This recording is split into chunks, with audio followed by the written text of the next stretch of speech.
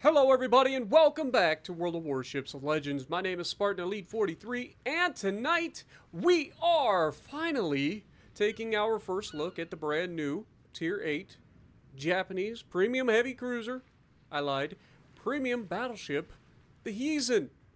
So, let's get straight into it. We're running Takeo Takagi with Paolo de Rebel, or Paolo de Rebel, and Mikhail Kedrov.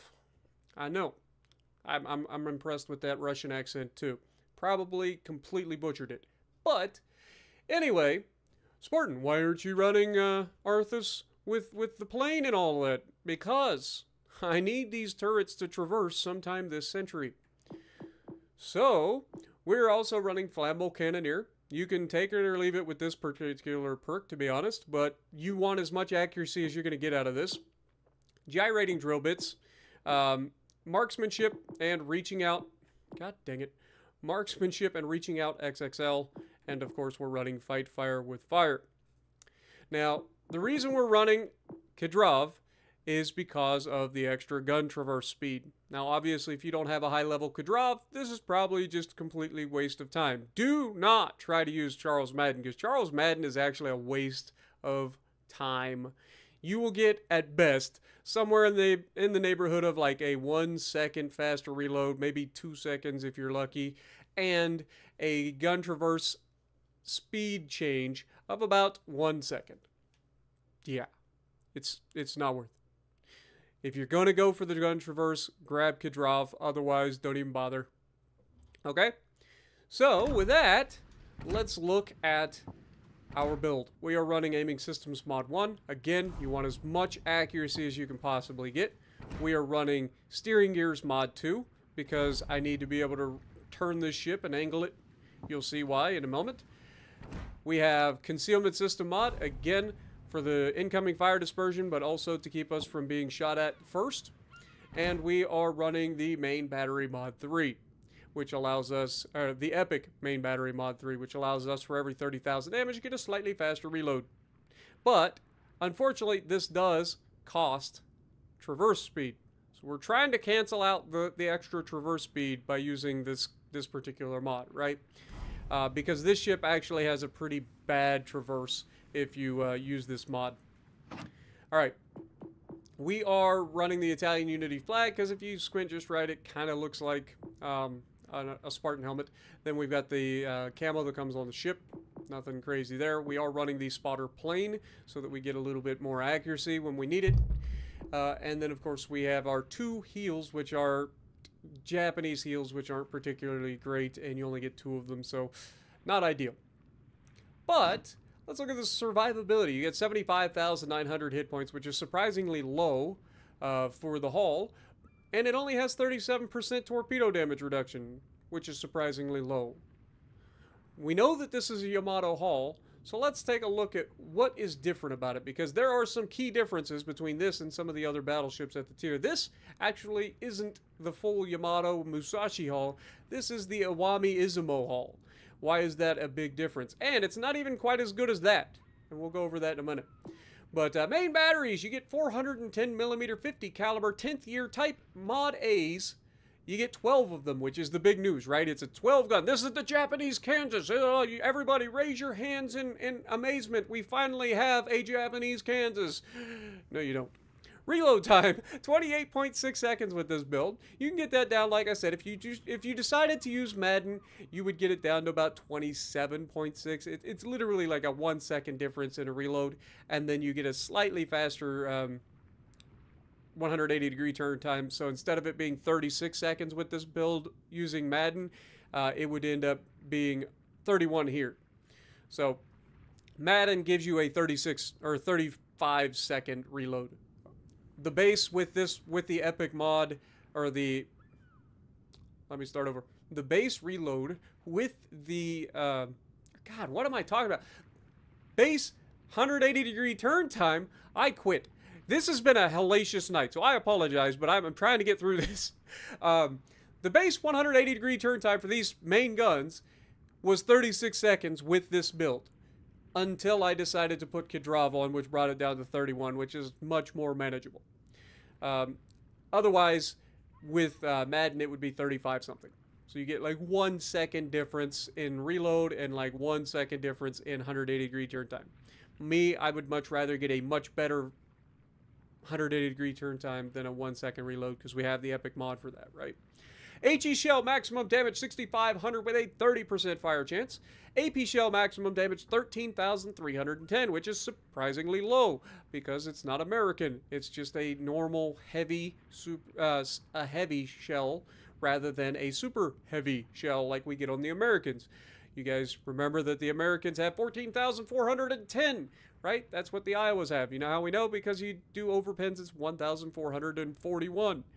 Everybody's least favorite number, followed shortly by 1331, which is what you'll get on this for overpins. Anyway, secondaries, you got 127mm Type 89 Mod 3s. You get 4 of those, reaching out to 5.2 kilometers, reloading in 6 seconds, firing HE with 2,100 maximum damage, and an 8% chance to set fires. You also have the 12 127mm Type 89 A1 Mod 2s that fire out to 5.2 kilometers, reload in 7.5 seconds, do a maximum damage of 2,100, and an 8% chance to set fires. Then you have the 155mm third year types. You get 9 of those, reaching out to 5.2 kilometers, reloading in 12 seconds, with firing HE with a maximum damage of 2,600 and a 10% chance to set fires.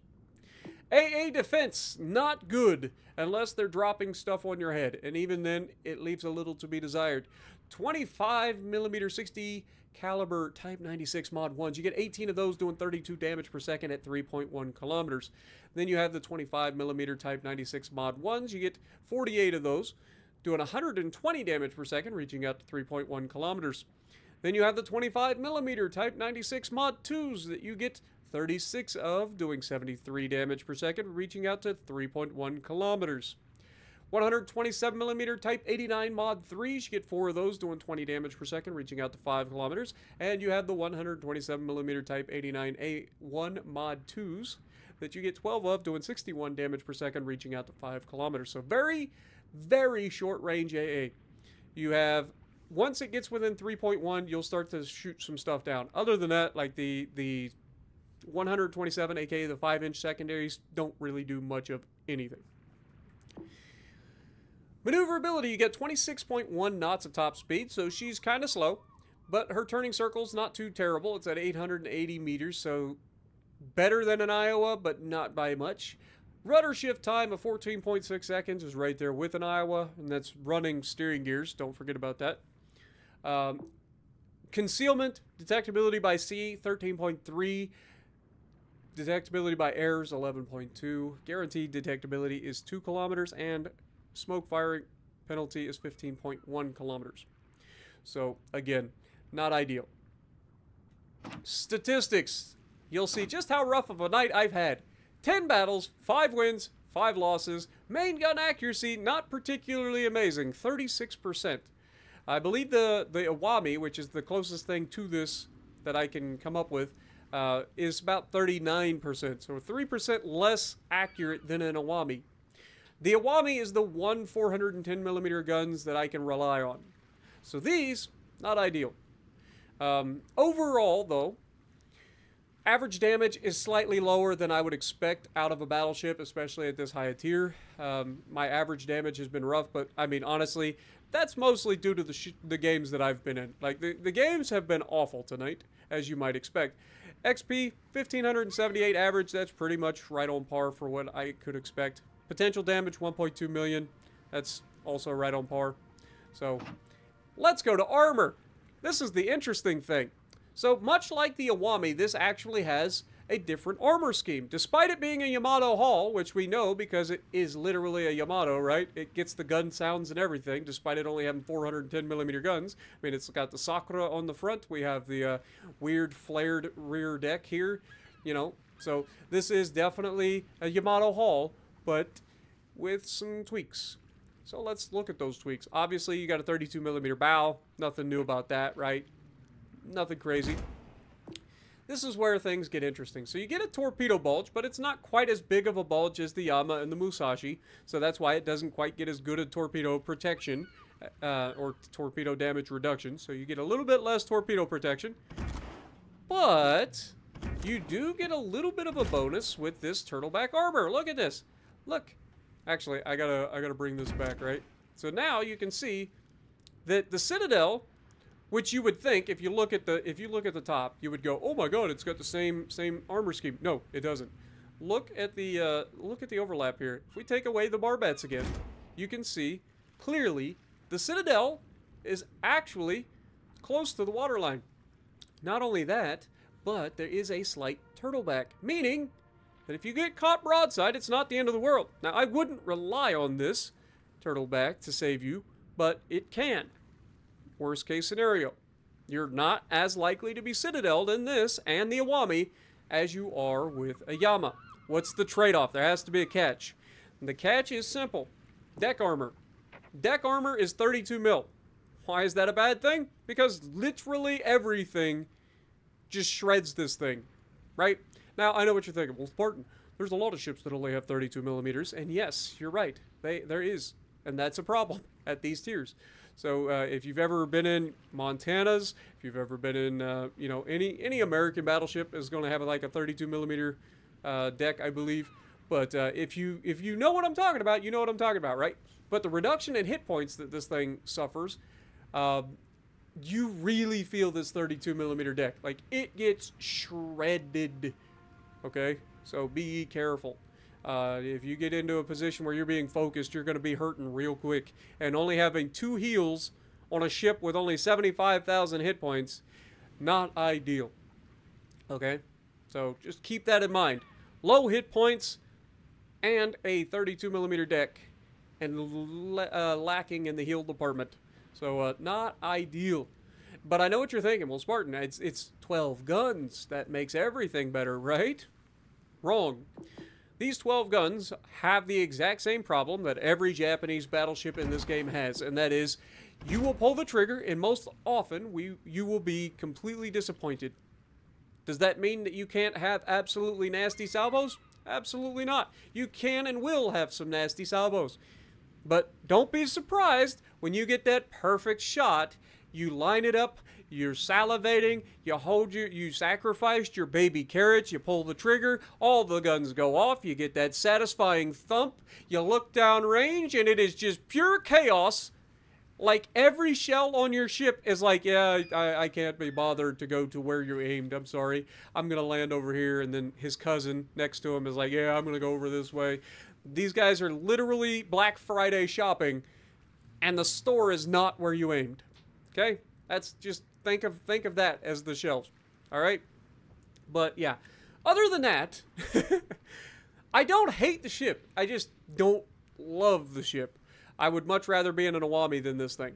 Right? Even though they're very similar in terms of their whole layout, the Iwami just seems more consistent to me. And you guys know me. I love consistency.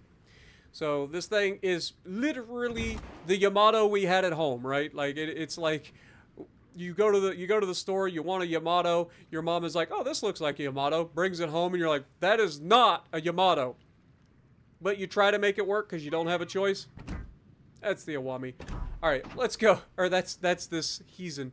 It's got big guns. That's a lie. It doesn't have big guns. It has 410 millimeter guns, which are decidedly average or slightly below average for the tier. I know what you're thinking. Well, it's 406 millimeter guns and 15-inch guns below that, right? So this would be big guns, except you're going up against 460 millimeter guns, 420 millimeter guns, and so on and so forth. So yeah, wouldn't call these big guns. Guns aplenty is accurate. You get 12 of them, so you have all the guns. Doesn't mean that they're any more effective than when you only had 9. Reluctant gunnery, below average main battery reload speed. Yeah, not ideal either. You get a slower reload, though you can work around that and end up with a respectable reload, as we showed. Plus, you get the epic mod, so as you do damage, you start to get that reload up a little bit better, but still not particularly amazing. Hizen, a variant of the super battleship design, Project A140J3, that came before the Yamato class ships. It was planned for her to have 12 16.1-inch 410mm guns and a triple gun turrets as her main battery. She was designed in 1935 and never built. The Japanese decided Yama's was better, and I agree. So, let's take a look at this thing. I love this camo. I'm not going to lie, this camo is clean as crap. Love it. Other than that, I mean, what's not to love about it? It's a Yamato. It's a good-looking ship, except it has these extra turrets, which kind of throw off the aesthetic of the ship, to be honest. But, you know, is what it is. It's got a little lump. It's fine. But, yeah, let me know what you guys think as we get into the gameplay, because, boy, do I have some things to talk about. So, with that, let's get into the gameplay. Alright, so we are going to be on North, and I think this is going to be the best showcase that I have of this ship, because I will probably never play this ship again. I hate playing Tier 8, I hate playing Legendary Tier, and even worse than that is when you're in a ship that I personally think is not particularly amazing. Hizen overall, if you don't have any other Tier 8 ships, is it a bad ship? No, not all. It's not necessarily a bad ship or anything like that. It's got plenty of guns, got a lot of firepower. If you get into good positions and people give you broadsides, it can absolutely send people back to port, as we will showcase. But it does have some glaring weaknesses. The limited heals, the limited hit points, the inconsistent guns that make you want to throw your controller through the window. You know, it drives you bonkers. Like, everybody was touting this thing as the next Kansas, or no, it's not even close. I will take Kansas and I will raffle stomp this ship any day of the week. Like, it isn't even a question. So, that being said, we're going to showcase a game where we get to showcase some consistency out of the guns, but also I think you're going to see, you know, what I'm talking about with these guns a little bit. So, right out the gate, we open up. This is going to be a pretty quick game. But we go ahead and we have a Missouri going broadside. He's shooting at the battleship that's behind me. This battleship that's behind me is going to showcase everything I hate about other battleship commanders. There's no spatial awareness. They don't give you your room to do anything. And then when you try to, like, maneuver your ship, you're running into each other, you're fumbling all over the place. Despite him being much faster than us, he could easily get around us. Instead, I end up getting hit. Luckily, these guys aim worse than anything you've ever seen in your life. But Anchorage, wide open, begging for it, and angled. That's a dead. Like, it's a dead Anchorage. That is not how you play Anchorage. If you're deciding that as an Anchorage, you should just go straight into the center of the cap in the first opening seconds of the match, you're going to end up just like that guy, dead. But, good news is we've managed to avoid most of the damage.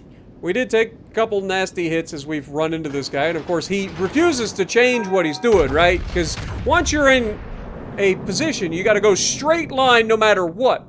Right? And you can't change the direction of your rudder or try to turn your ship or try to get off of the other person. He does at least slow down and stop, so he does eventually get off of me.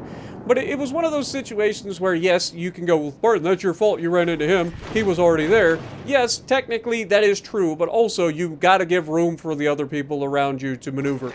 And if you're hugging the backside of another battleship as a battleship, or any other ship, really, you're probably just going to get in the way, and don't be surprised if while I'm trying to maneuver my ship, I push your little ship out the way, because I will. Now here, Missouri is once again begging for it. We got a good salvo on him at the beginning, but this is going to showcase something that I don't think a lot of people will talk about. The shells are slow.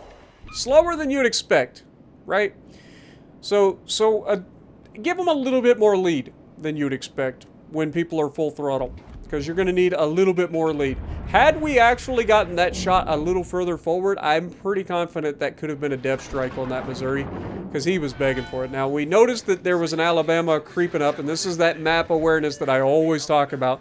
So we know that the Alabama was creeping up. We slowed down, turned in to avoid these shells, and did a pretty good job. Now, look, there's a destroyer in the cap with us, right? We have a Neustrashimi next to us that could definitely help at least spot, maybe help us get rid of the destroyer. Where's he going? Take a guess. I'm gonna go torp a battleship. Right? So that's what he's going to do. He's going to run off to the corner of the map and try to torp the battleships, because no destroyer ever in existence that spawns next to me will ever put himself in a position to be useful at countering another destroyer. It's not allowed. It's against the Geneva Convention for my destroyer players that spawn next to me to be useful in any position where they're going to actually help with a destroyer. Now watch. Remember what I said about map awareness? Look at what I'm doing. Alright, I know I'm in a crossfire. I know there's a destroyer here. And I know that if I move forward, bad things are going to happen to me. But meanwhile, this battleship that already ran into us once decides he's going to take the lead as we slap the crap out of that Alabama. And you see that when you get this thing actually behaving and people go broadside, it's not bad, right? Just like the Amagi, just like most of the Japanese cruiser, or God, why do I keep calling this thing a cruiser? Japanese battleships, like you get these 410mm guns. When they behave, they are fantastic, but they're inconsistent and sometimes downright awful. Here we're going for a superstructure hit. We know this guy's going to turn in, and we do manage to put all of the shells, and I have no idea how that was a citadel. Your guess is as good as mine. We're just going to chalk that one up to a pitadel, right? Meanwhile, Nustrashimi still trying to go all the way out to the edge of the map, and now he's running away from the Amagi out there. He did help torp the Missouri, so there's at least that. But our battleship has put himself in a position where he has been clapped multiple times by the Alabama. So thankfully for him, we managed to get rid of the Alabama. There's that beautiful accuracy I was talking about, and there's that ugly 1331 that you might as well get used to. Yeah, this is Brandenburg 101. Throw all your hit points away because you can't pay attention to what's going on around you, right? Simple. We knew this was going to be a thing. Like, as soon as he went forward, I was like, this guy has no idea there's a torp boat in the cap with him. Despite the torp boat capturing the cap, like, it is strange to me how people just do not notice these things. Now here, we know we're going to take a hit. But again, remember, we can kind of play with that, knowing that it's going to be likely, right? And fortunately for us, Amagi actually just completely whiffs. Again, 410mm guns, inconsistent at best. The Amagi gets terrible RNG, we don't. That's how that works. And it goes from one shot to the next, right? So here, we take a shot, aiming ahead, and there you go. We managed to completely miss the guy, and the Z-23 hits him with a torpedo and finishes him off real quick. Now we've got 130,000 damage. We're in the cap. We've solidified this side of the map, so notice that at the Charlie cap, the enemy is flowing our direction. So rather than going the rest of the way around the island, we're going to cut right back towards the enemy, right? These are the things that people never seem to catch on about. So those are the things that we try to show people. All right, positioning, map awareness, paying attention to what's going on around you, who's around you. It's very important, folks. And I don't try to say this for nothing. But here, you can see I'm already, like, I know he's almost in range, so we're trying to get a look at the Le Foudre here, or Le Ford, whatever you want to call it. But we take a shot over the island. It's a completely blind shot, but I'm thinking if they're ever going to catch somebody, it's over these islands like this. But unfortunately, he does turn in and slow down, so all our shells end up missing. Unfortunate, but not unexpected. Now, the enemy Ruprecht is charging after our Iowa. Our Iowa's kiting away, as you can't really blame him for. He's being outgunned, so he's doing what he can to hold his side, but still maintaining guns on target. He's not just running to run away. He's keeping himself alive, and that looked pretty good, but unfortunately, the Le Foudre is paying attention now, and he turns away, so we only get 3 good penetrations. The rest of them shatter and ricochet. But here, you can see, I'm already sizing up this Ruprecht. I thought he'd be dead by now, given the fact that there's an Iowa out there, and given the fact that there's teammates right here behind me that have crossfire as well.